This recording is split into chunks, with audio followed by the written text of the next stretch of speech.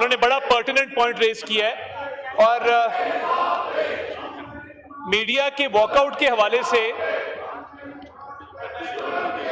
Federal government اور provincial government سب media کے channels کو آسانی پیدا کرنے کے لیے، ان کی پینڈنگ لائبلٹیز ختم کرنے کے لیے اور مزید ان کو فائنینشلی وائبل بنانے کے لیے دن رات کوشاں ہیں۔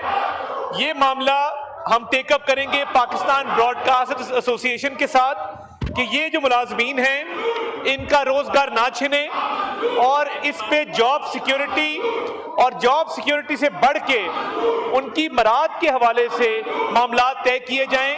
آئی ٹیک دس رسپانسبلٹی، اور ہم اپنے آنریبل ایلائز اور ایون اپوزیشن کے بینچ کے لوگوں کے ساتھ کلیکٹیولی اس کو حل کرنے کی بھرپور کوشش کریں گے سر۔ جی امین الحق صاحب،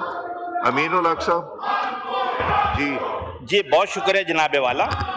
میں سمجھتا ہوں جو صحافیوں نے واک آؤٹ کیا ہے اس کے پیچھے پس منظر ہے۔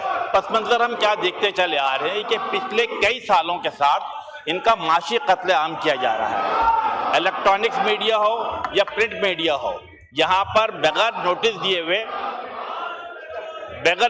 ہوئے صحافیوں کو نکالا جا رہا ہے۔ ہم نے کیا دیکھا؟ ہم نے، میرا خیال یہ بیٹھے ہوئے ہیں ہمارے آنریبل انفارمیشن منسٹر صاحب موجود ہیں، انہوں نے پہلے بھی وعدہ کیا تھا ایک فارمولہ ہونا چاہیے کہ جن میڈیا مالکان کو جو آمدنی ہوتی ہے اس آمدنی میں میڈیا مالکان کو دینے کے بجائے پہلے صحافیوں کو تنخواہ ادا کی جائے اور اس کے بعد پھر معاملات کو آگے بڑھایا جائے۔ میرا آپ سے، میرے جو ہمارے ہر دل عزیز آنریبل منسٹر ہے، ان سے بھی درخواست ہوگی کہ اس بات کو میک شور کریں کہ صحافیوں کو تنخواہ بر وقت ملے، اور اگر کسی کو بھی نکالا جاتا ہے تو اس سے پہلے میک شور کیا جائے کہ ان کو نوٹس جاری کیا جائے۔ بہت شکریہ۔ شکریہ جی۔ جی اب عطا صاحب دیکھ لیں گے۔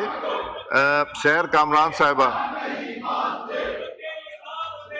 کوشچن ہے آپ کا، کوشچن۔ جی شکریہ اسپیکر صاحب۔ میں منسٹر صاحب سے پوچھنا چاہتی ہوں، ڈیفرڈ کویشچن تھا جو کہ 8 اپریل کو جس کا جواب آیا تھا، اس جواب سے 6 دن